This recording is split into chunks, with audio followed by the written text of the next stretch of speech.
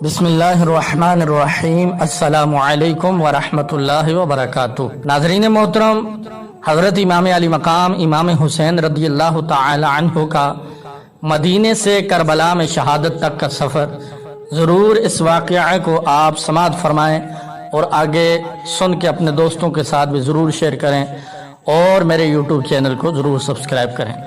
حق و باطل ہر دور ہر زمانے میں ایک دوسرے سے برسر پیکار رہا۔ تاریخ کے اوراق میں مورخین نے ان معرکوں کو سنہری الفاظ سے رقم کیا ہے، اب چاہے وہ معرکہ میدان بدر کا ہو یا کربلا کا، لیکن کربلا کے میدان میں ایک ایسی تاریخ رقم ہوئی جس نے عقل انسانی کو حیرت کے سمندر میں ڈبو دیا اور بتا دیا کہ حق نہ کبھی سرنگوں ہوا ہے اور نہ کبھی ہوگا۔ 60 ہجری ماہ رجب میں وصال حضرت امیر معاویہ رضی اللہ تعالی عنہ کا وقت قریب آن پہنچا تھا۔ آپ رضی اللہ تعالی عنہ نے وصیت کی کہ بیعت کے معاملے میں اہل بیت رضی اللہ عنہم اجمعین سے نرمی سے کام لیا جائے، لیکن بعد از وصال حضرت امیر معاویہ رضی اللہ تعالی عنہ تخت شاہی پر یزید براجمان ہوا، جو صفاقیت میں اپنی مثال آپ تھا۔ ایسی کون سی برائی تھی جو اس میں موجود نہ تھی؟ چنانچہ اس نے برسر اقتدار آتے ہی تمام مسلم ریاستوں کے عاملوں کو لوگوں سے بیعت لینے کا حکم جاری کیا۔ پیارے نبی صلی اللہ علیہ وسلم کے شہر مدینے کا عامل ولید تھا۔ شاہی حکم نامہ پاتے ہی اس نے حضرت امام علی مقام امام حسین رضی اللہ تعالی عنہ کو بلایا۔ امام حسین رضی اللہ تعالی عنہ جو جگر گوشہ رسول صلی اللہ علیہ وسلم تھے، معاملے کی سنگینی کو بھاپ کے لہٰذا چند اشخاص سے مشورہ کیا اور ان کو اپنے ہمراہ لے کر ولید کی طرف تشریف لے گئے اور ساتھیوں کو باہر ہی ٹھہرنے کا حکم دیا۔ ولید نے حضرت امیر معاویہ رضی اللہ تعالی عنہ کے انتقال کی خبر اور یزید کے جاری کردہ حکم کو آپ کے گوش گزار کیا، جس میں صاف طور پر لکھا تھا کہ بیعت جس طور بھی ممکن ہو لی جائے۔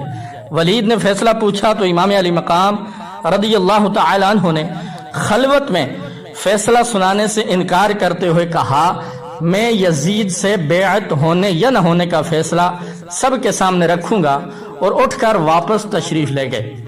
ولید مصلحت پسند انسان تھا، اس لیے اس نے زبردستی نہ کی۔ امام علی مقام امام حسین رضی اللہ تعالی عنہ نے خلوت میں فیصلہ سنانے سے کیوں انکار کیا؟ اس لیے کہ حق علی الاعلان خود کو منواتا ہے، باطل جتنا بھی زور آور ہو جائے، جتنے بھی ہیلے بہانے تراش کر پروان چڑھنا چاہے، حق کے آگے شکست ہی کھاتا ہے۔ ولید سے ملاقات کے بعد آپ رضی اللہ تعالی عنہ ساتھیوں کے ہمراہ جانب مکہ روانہ ہوئے۔ روانہ ہونے کی چند وجوہات تھیں، اور وہ یہ کہ مدینہ کی صورتحال ناسازگار ہو گئی تھی اور برابر یہ اطلاعات موصول ہو رہی تھی یزیدی مدینہ منورہ میں گھس آئے ہیں اور آپ رضی اللہ تعالی عنہ کی جان کے در پہ ہیں۔ آپ رضی اللہ تعالی عنہ کو یہ گوارا نہ تھا کہ مدینہ منورہ کا تقدس پامال ہو، اور اس میں حکمت عملی یہ بھی تھی کہ قاتلین اہل بیت رضی اللہ تعالی عنہم اجمعین کا نام صیغہ راز نہ رہے۔ یہی وجہ ہے کہ آپ نے مکہ میں قیام کے بعد کربلا کی جانب روانہ ہونے کا قصد کیا، تاکہ آپ رضی اللہ تعالی عنہ اپنے قاتلوں کے چہروں کو بے نقاب کر سکیں۔ جب آپ رضی اللہ تعالی عنہ مکہ میں پناہ گزین تھے تو اہلیان کوفہ کی جانب سے آپ رضی اللہ تعالی عنہ کو خطوط موصول ہونا شروع ہو گئے تھے، جس سے یہ بات واضح تھی کہ وہ یزید کی حکومت سے نالاں اور امداد ابن علی رضی اللہ تعالی عنہ کے طلبگار ہیں۔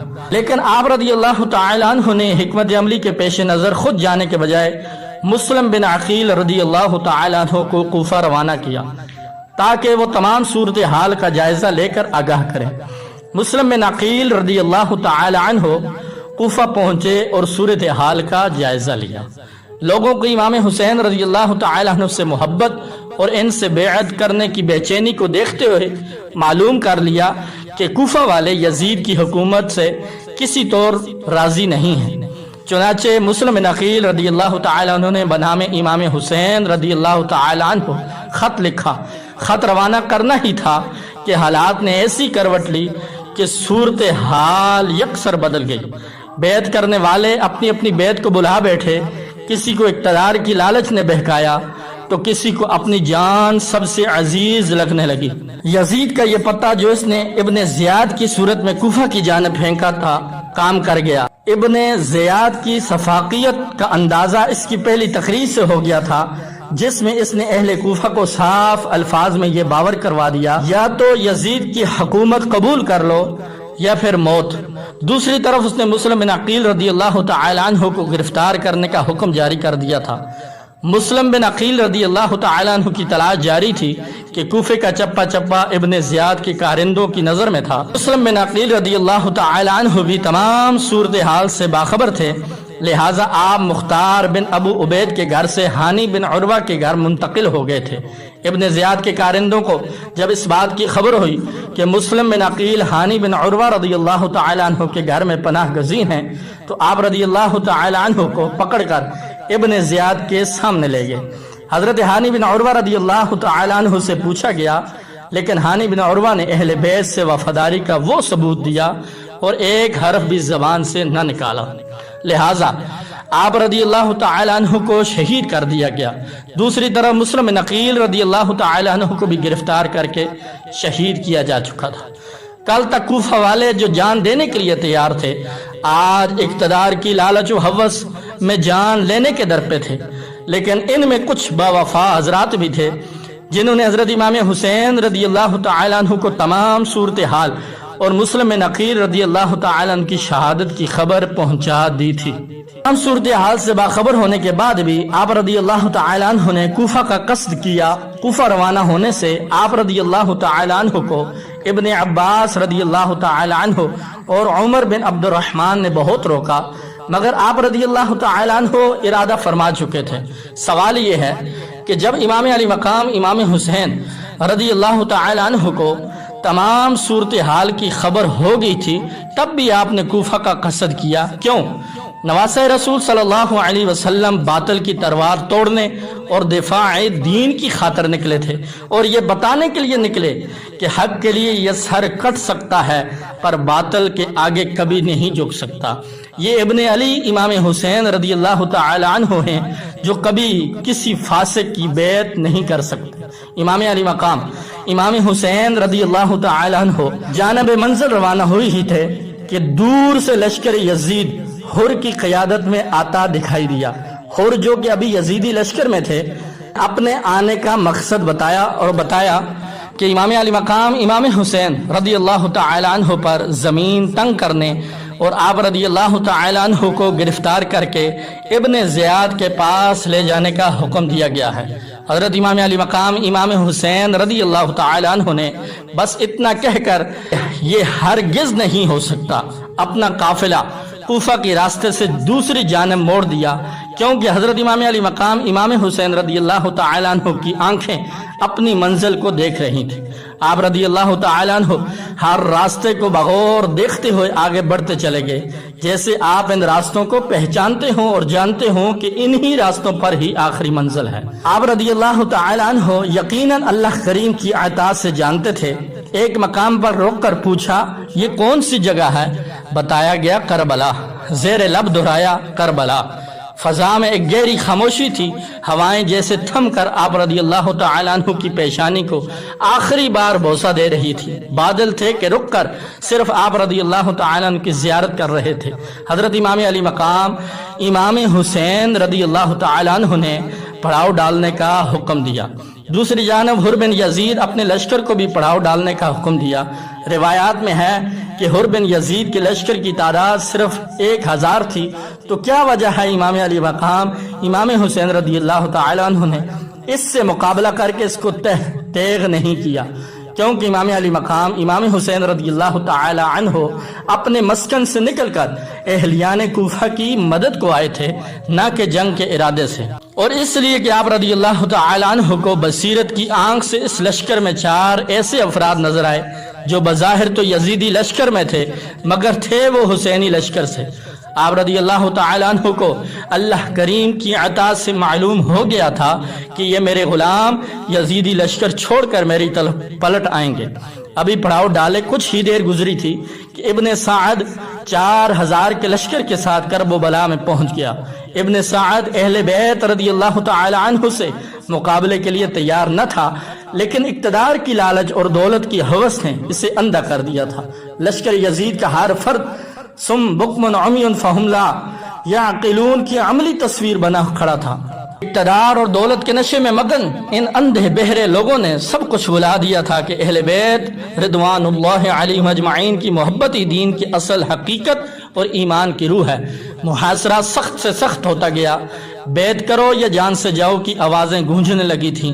سامنے صرف 2 راستے تھے، ظلم کی آخری حد بھی پار کر دی گئی اور اہل بیت رضوان اللہ علیہم اجمعین پر پانی بند کر دیا گیا۔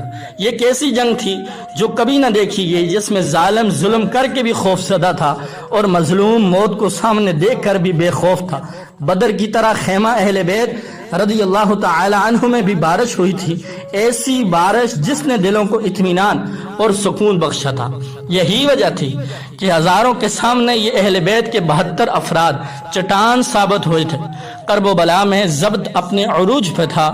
کس کا ضبط امام حسین رضی اللہ تعالی عنہ کا ضبط، کس کا ضبط خون علی کا ضبط، کس کا ضبط زہرا کے لال کا ضبط۔ مانو زمین محو حیرت تھے کہ یہ ضبط کی کون سی منزل ہے جس کو آج تک نہ دیکھا گیا اور نہ سنا گیا ہے۔ 10 محرم الحرام کا سورج طلوع ہوا، خیمے سے باہر نکل کر امام علی مقام امام حسین رضی اللہ تعالی عنہ نے یزیدیوں پر ایک نظر ڈالی، پھر یاد دلایا جو وہ اقتدار اور طاقت کے نشے میں بھول بیٹھے تھے، وہ کس کے نواسے، کس کے بیٹے، اور اس لیے بھی کہ انہیں یزیدی لشکر میں اپنے 4 غلام نظر آ رہے تھے۔ حضرت امام علی مقام امام حسین رضی اللہ تعالیٰ نے بات ابھی مکمل ہی کی تھی کہ حضرت حر رضی اللہ تعالیٰ کی قسمت کا ستارہ چمک اٹھا کہ آن کی آن میں ان گھوڑے کو ایڑ لگا دی اور لشکر یزید سے نکل کر معا اپنے بھائی غلام اور بیٹے لشکر حسینی میں شامل ہو گئے۔ حضرت حر رضی اللہ تعالیٰ عنہ نے میدان کربلا میں وفاداری اور شجاعت کے وہ جوہر دکھائے کہ حق کے غلامی ادا کر کے جام شہادت نوش فرمایا۔ میدان کربلا میں امام حسین رضی اللہ تعالیٰ عنہ کے ضبط کا امتحان تھا۔ سارا منظر اپنی آنکھوں سے دیکھ رہے تھے۔ آپ رضی اللہ تعالیٰ عنہ نے اپنے ہاتھوں سے علی اکبر رضی اللہ تعالیٰ عنہ جیسے شہزادے کو اٹھایا تھا۔ 6 ماہ کے علی اصغر رضی اللہ تعالیٰ عنہ کے ننھے وجود کو اپنے ہاتھوں سے دفنایا تھا۔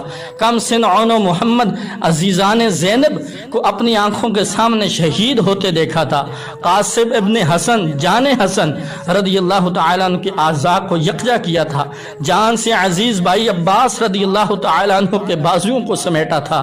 72 افراد کی شہادت کے بعد پھر بھی عزم و ارادہ میں وہی پختگی، وہی حوصلہ تھا جس نے ظالم کی بیعت گوارا نہ کیا۔ زمین پر لرزہ طاری تھا کہ وہ اپنے سینے پر اہل بیت رضی اللہ تعالی عنہم اجمعین کا خون گرتے ہوئے محسوس کر رہی تھی۔ ایک کے بعد ایک جام شہادت نوش کرتے چلے گئے۔ اب کتاب وفا کی تکمیل ہونے والی تھی۔ کتاب وفا کا سب سے اہم باب میدان کربلا میں جانے کو تیار تھا۔ حضرت امام علی مقام امام حسین رضی اللہ تعالی عنہ سب کو الوداع کہہ کر خیمے سے نکلے اور آخری حجت قائم کرتے ہوئے دوبارہ اپنا تعارف کروایا، اس لیے تاکہ بعد میں یزیدیوں کو ہیلے بہانے تراشنے کا موقع نہ ملے۔ فیصلہ کن گھڑی آن پہنچی تھی۔ امام علی مقام امام حسین رضی اللہ تعالی عنہ تنہا لڑتے رہے۔ دشمنوں نے آپ رضی اللہ تعالی عنہ کو چاروں طرف سے گھیر لیا تھا۔ آپ رضی اللہ تعالی عنہ برابر مقابلہ کرتے رہے، لیکن بالا آخر زخموں سے چور چور ہو کر گھوڑے سے زمین پر تشریف لے آئے۔ حضرت امام علی مقام امام حسین رضی اللہ تعالی عنہ نے زمین پر تشریف لائے عصر ادا کرتے ہوئے سجدہ ادا فرمایا۔ یہ سجدہ وہ سجدہ تھا جس نے اسلام کو دوبارہ جلا بخشی۔ شمر ذوالجوشن نے جب حضرت امام علی مقام امام حسین رضی اللہ تعالی عنہ سجدہ کی حالت میں دیکھا تو اسی حالت میں اس بدبخت نے آپ رضی اللہ تعالی عنہ کا سر تن سے جدا کر دیا۔ یہ سجدہ اس بات کی طرف اشارہ تھا کہ معبود بس ایک ہے، اللہ تعالی کے سوا باقی سب خدا کے دعوے جھوٹے ہیں۔ ایک سجدے نے ظاہری اور باطنی تمام بتوں کو پاش پاش کر دیا تھا۔ اقتدار کے بت نے یزید اور یزیدیوں کو اندھا کر دیا تھا۔ امام حسین رضی اللہ تعالی عنہ شہید کر دیے گئے۔ آسمان و زمین پر گہرا سکوت طاری تھا، وقت کی سانسیں تھم گئی تھی، حق اپنے نئے انداز سے جیت گیا تھا۔ امام علی مقام امام حسین رضی اللہ تعالی عنہ اپنے مقصد کو پا گئے، سر دے دیا لیکن یزید کے ہاتھ میں ہاتھ نہ دیا۔ رسول پاک صلی اللہ علیہ وسلم کے نواسے حضرت امام حسین رضی اللہ تعالی عنہ جیت گئے۔ یزید کو شکست فاش ہوئی، وہ اپنے مقصد میں ناکام اور نامراد ہوا، کیونکہ جنگ جیتتا وہی ہے جو اپنے مقصد کو پالے۔